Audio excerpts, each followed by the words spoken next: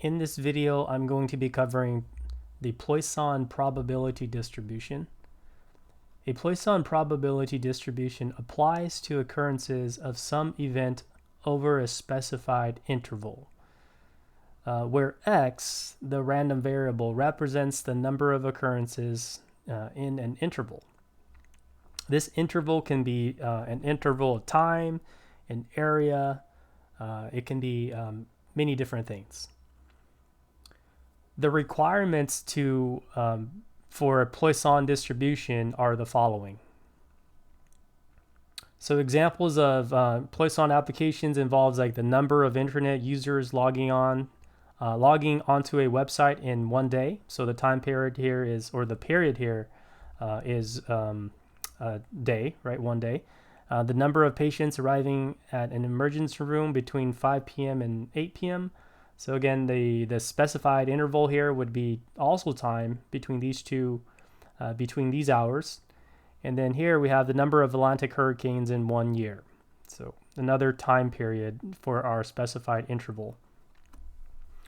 So here is the formula to calculate the probability of X occurrences for a Poisson probability distribution. So this is the Poisson probability formula.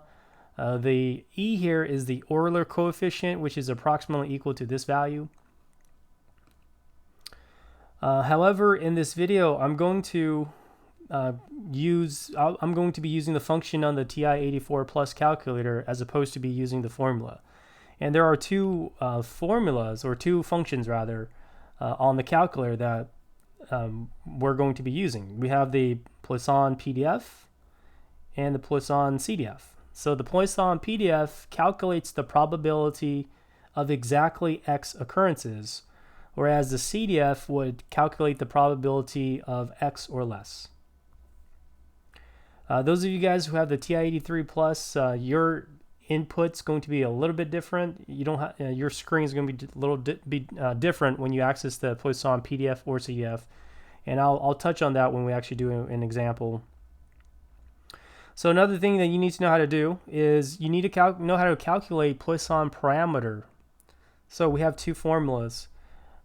So anytime once you figure out the mean, then the variance is equal to the mean, and the standard deviation is always equal to the square root of the variance.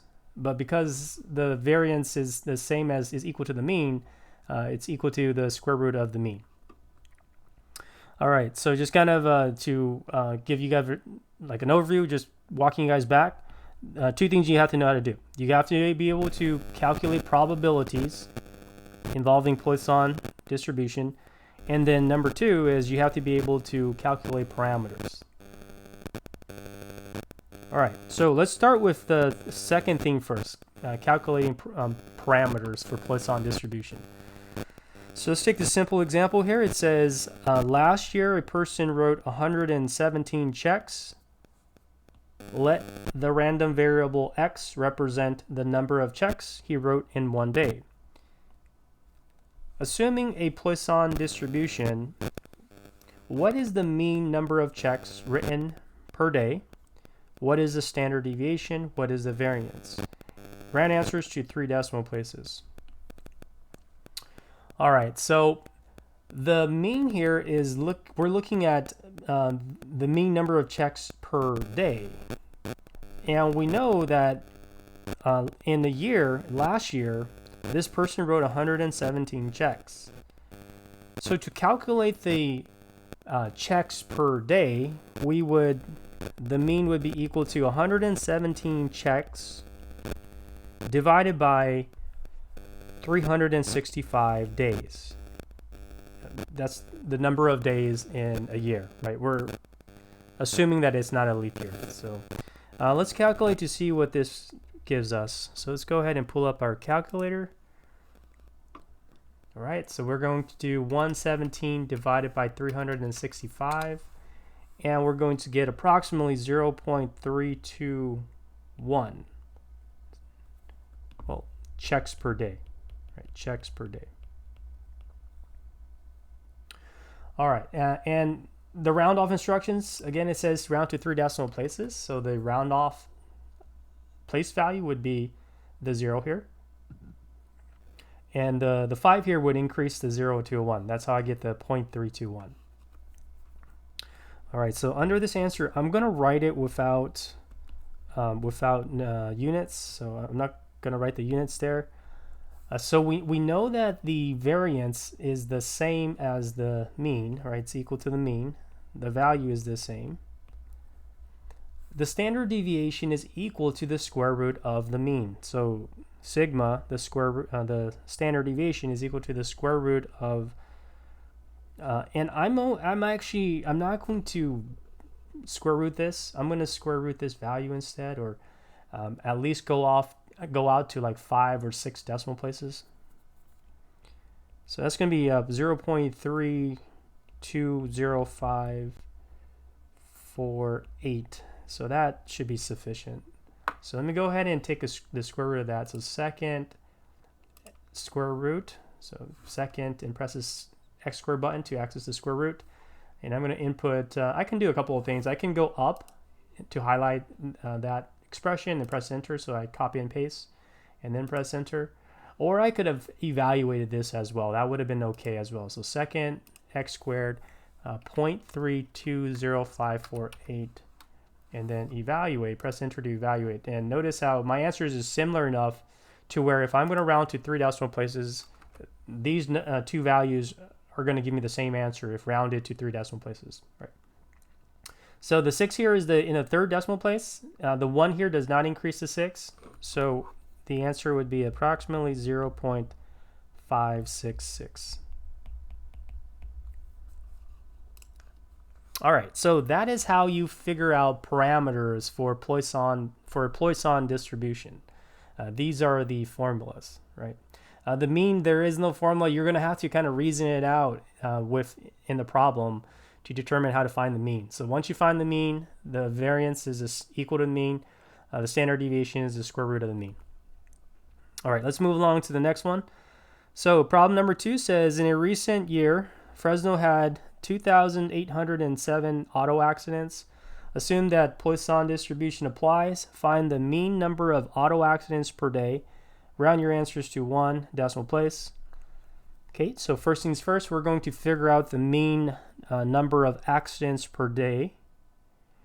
Given that in a recent year, 365 days, there was 2,807 auto accidents. So we know that the mean's equal to 2,807 accidents divided by 365 days. And let's go ahead and calculate that, see what we get. So 2,807 divided by 365. And we're rounding to 1 decimal place. So the 1 decimal spot is the 6 here. The 9 here is going to increase the 6 to a 7. So we get approximately 7.7 accidents per day. Okay, so here I'm just going to put the value without the units. So this would be 7.7. All right, and then these questions here ask a bunch of probability questions, right? So it says, find the probability of each occurring on a random day. Round to 3 decimal places. So round your probabilities to 3 decimal places. So the first one is find the probability of exactly 8 accidents. So we know we're going to either use PDF, Poisson PDF, or Poisson CDF. And here's how you decide which one to use. Anytime you're trying to find the probability of exactly one thing or one outcome, then you would use PDF. So let's kind of take a step back. So let's take a step back and let's look at this. So we're looking at the number on a random day, the number of occurrences of an accident. So the possible values of X, would be like 0, meaning no accident, 1 accident, 2 accidents, 3 accidents, 4 accidents, 5, 6, 7, 8, 9, 10, 10, 11, 12, 13, 14, and so on, right? You can have, theoretically, infinite number of accidents per day. Very unlikely, but then you know, we can consider that case, right, of hundreds and hundreds of accidents a day. But now it's saying for problem number A says, what's the probability of exactly 8 accidents? Let me highlight it with a different color. So let's choose a green color. So exactly 8 accidents. So what is the probability of exactly 8? We're going to use, well, let me show you guys how to get to the functions. We're going to press second vars to access all the distribution functions. We're going to go down to Poisson PDF. And we're going to use Poisson PDF. Because Poisson PDF is where we're using, we're finding the probability of exactly one outcome, right?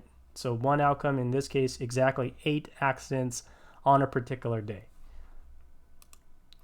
All right, so this Greek letter lambda here, it's actually just the mean. So we're going to put the 7.7 there. Some statistical books or some areas of statistics, they use this notation. Our textbook, we're using the mu as opposed to that notation. X would be 8. So pace. And then you'd get that. So round it to 3 decimal places. Again, instruction says to round the probability to 3 decimal places. The round off spot would be at this digit right here, this 8. And the digit to the right, 7, would increase the 8 to a 9. So we'd get that the probability is 0.139.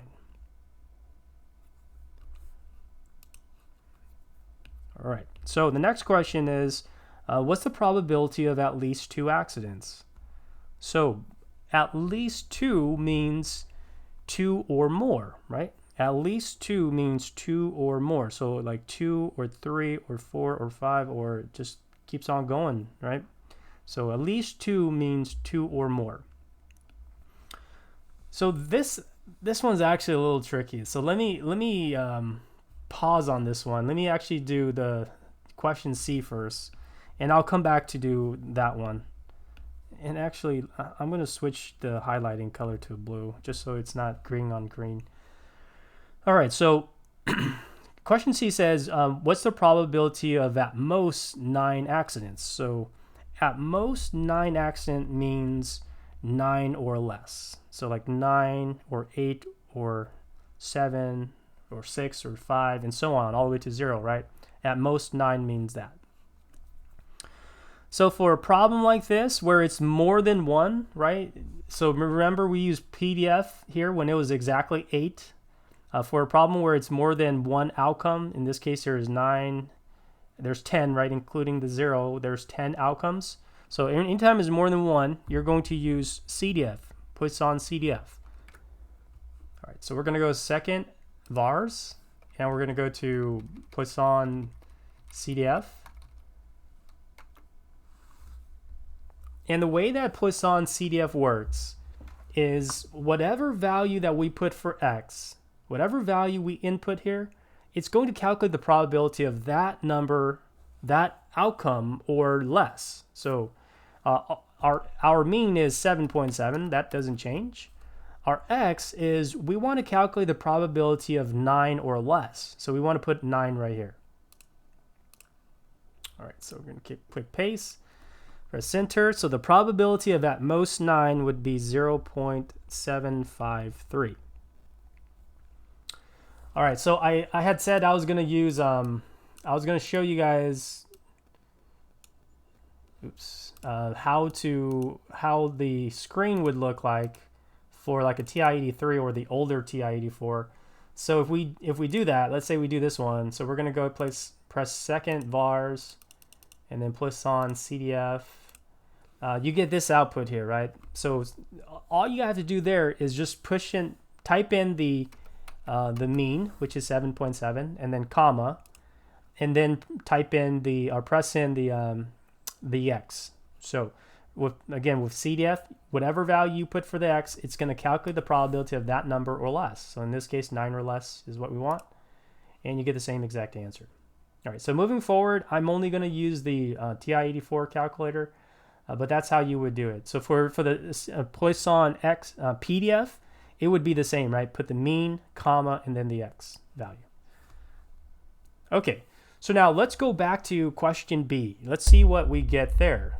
So with question B, it says that the problem says to calculate the probability of at least 2.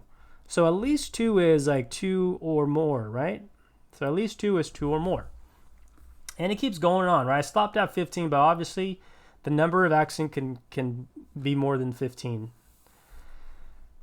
So we know that whenever we're calculating something like an outcome, more than one outcome, so in this case there's a lot of outcomes, right? Infinite outcomes, then we have to use Binomial CDF. So we're going to go to press second vars and then go to, not Binomial, I'm sorry, we're in the Poisson distribution. So Poisson CDF, right? It's a Poisson distribution. The mean is 7.7, so that doesn't change. But the problem here is we can't, the Poisson CDF, the CDF function can only calculate the probability of a number or less. Whoever designed it programmed it so that whatever value you put here, it would calculate the probability of that number or less. So for example, we can't put 2 here because what it would do is it would actually calculate, if we put the 2 in there, it will actually calculate the probability of 2 or 1 or 0, which is not what we want, right? That's not what we want. What we want is 2 or more. So how do we deal with that? The way we deal with that is we calculate the complement of at least 2, which is the complement of at least 2 is 1 or 0, right? 1 or less. So we're going to calculate that. So to calculate the probability of at least 2, actually we'll do this.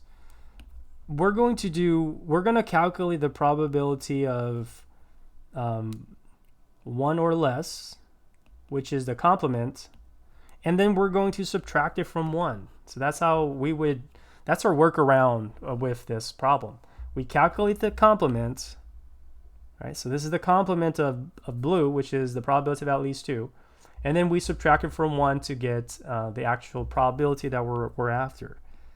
So let's go ahead and do that.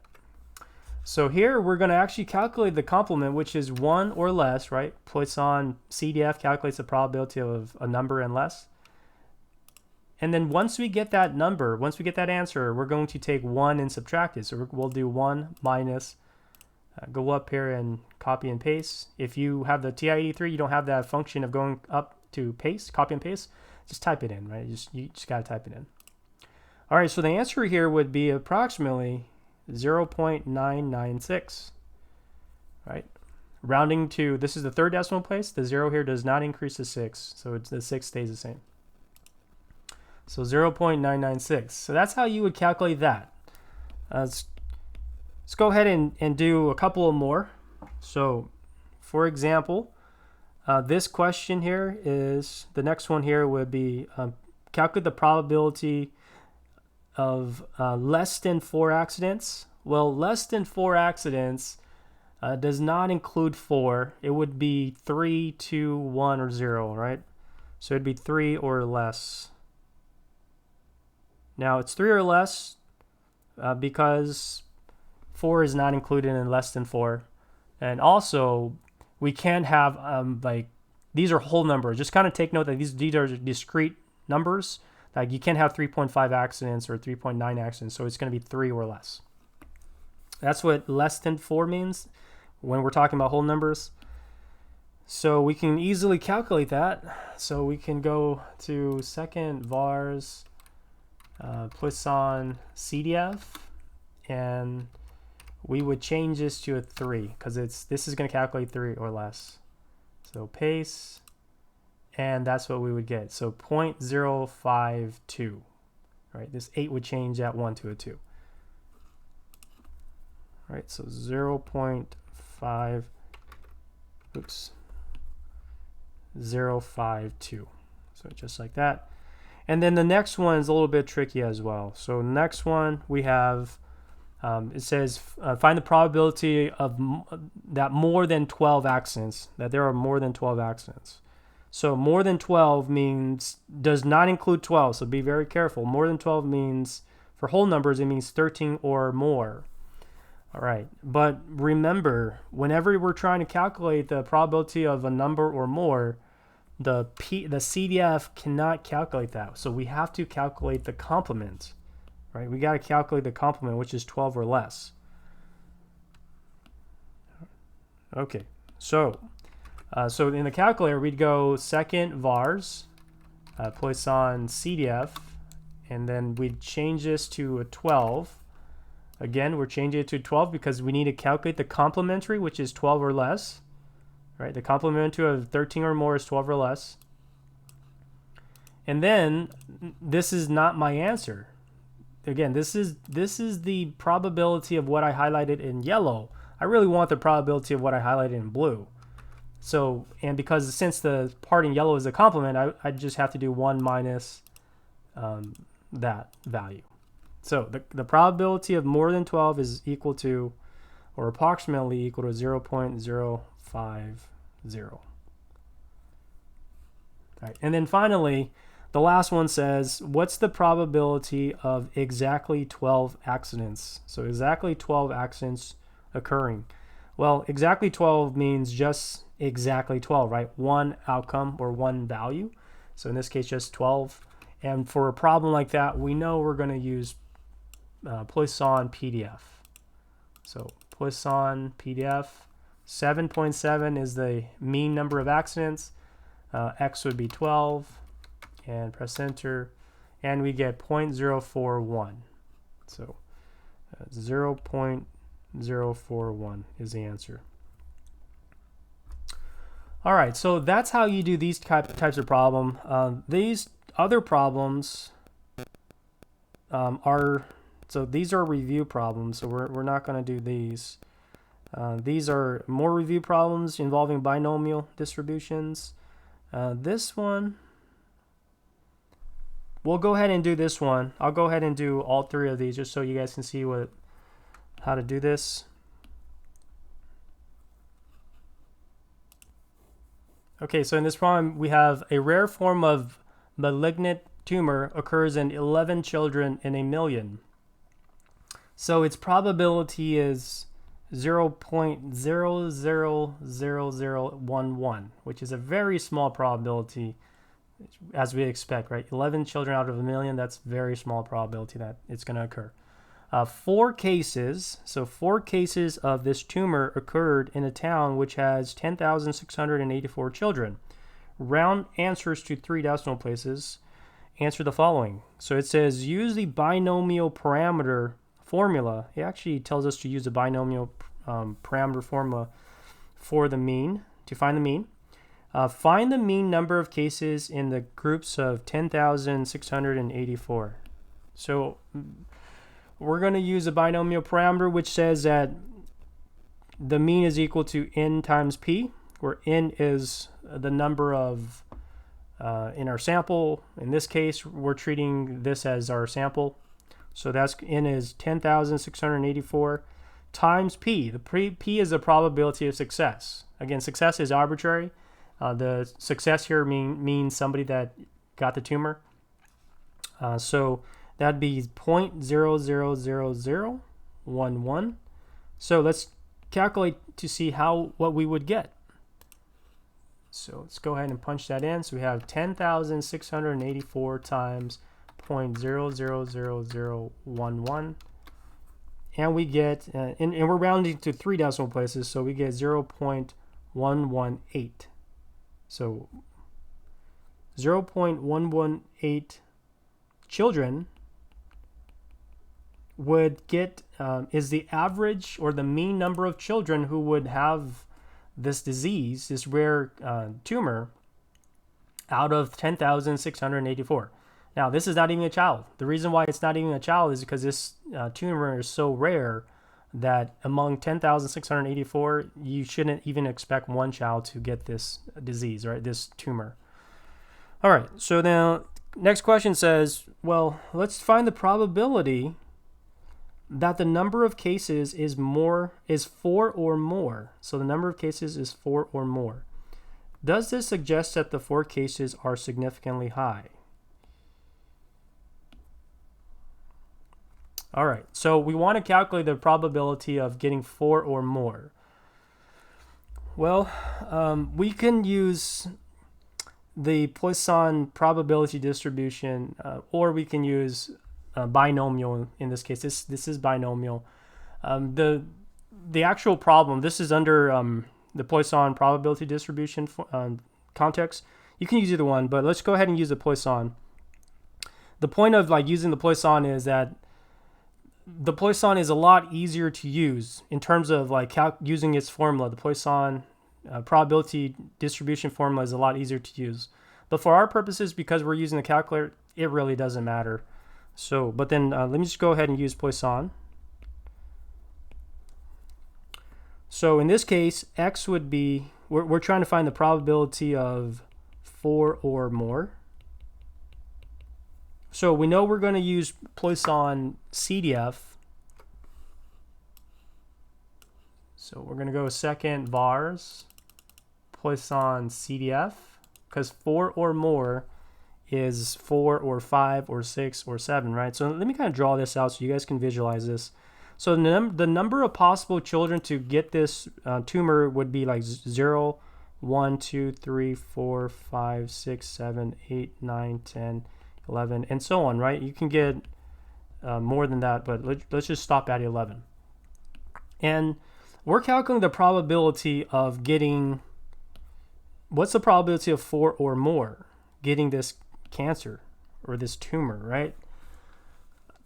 But if we use Poisson CDF, the problem is, well, first of all, let's put in the mean, which is 0.118, right? That's the number of children who we would expect to have the disease out of 10,684 kids. So the problem is, whatever value we put here for the Poisson CDF, it would calculate the probability of that number or less. So we cannot calculate directly the probability of 4 or more. So we have to calculate the probability of 3 or less and then subtract it from 1, right? So 1 minus the probability of 3 or less, which is the probability in, I highlighted yellow.